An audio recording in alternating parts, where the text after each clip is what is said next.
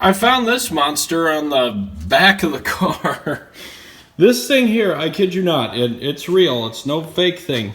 It was laying upside down on its back here. I'm guessing somehow this massive thing got in the car and was trying to find a way out through the window here and couldn't. It just laid over and died eventually. But I would like to know where this thing came from and how it even got in the car to begin with. I mean, just to think that something like this would be crawling around in my car, that'd be kind of creepy. I mean, I realize it's not going to hurt you or anything, but I mean, man, look at this thing. That's up close. That's kind of terrifying.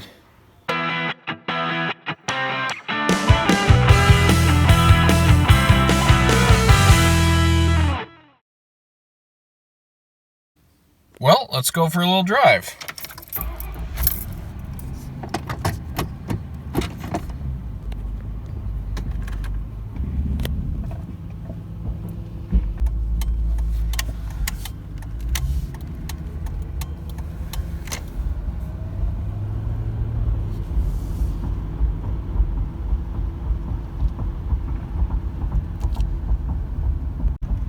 Man, people aren't kidding when they say this thing rides like a boat. I mean, it feels like you're on a boat, really. It's so soft. It almost feels too soft, the way the thing just floats over all the bumps. And I mean, you know, you can kind of feel it in the handling of the vehicle that it lacks a little bit with handling. But the ride is so smooth. Man, I see why you fall asleep in these things so easily. The other thing I noticed too is as the engine would warm up when it had the blown head gaskets, the coolant would gurgle every time you would get on it. It doesn't do it anymore. Just so I don't get hammered in the comments, I've been driving this thing for a few hundred miles already, so I know it's broken and I know it's doing well. That being said, what good is that without a video? So we built up some engine coolant temperature there. Let's romp on this thing a little bit.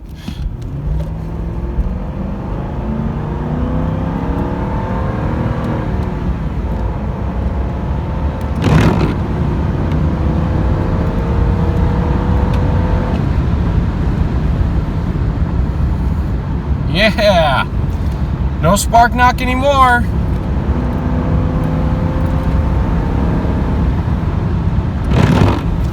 Oh, those annoying wiper blades.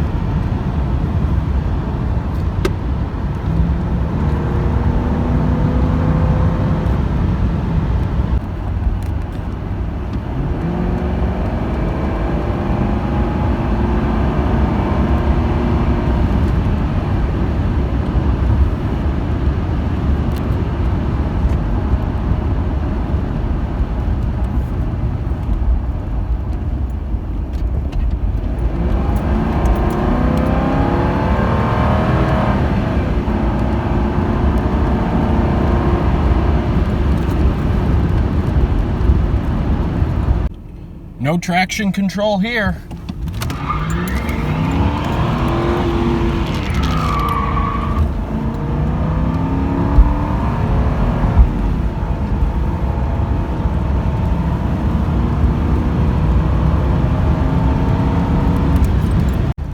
And you know, honestly, I understand why people hate on the 4.6 for just being low on power and slow.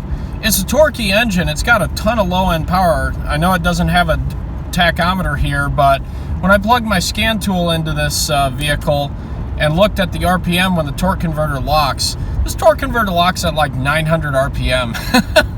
And it just develops a lot of low-end torque. So you don't really have that much horsepower. You've got a lot of torque. And I recently watched a video by Engineering Explained talking about the difference between the two, and it was a really good video. If you want to understand why this thing will move, the speedometer will consistently climb.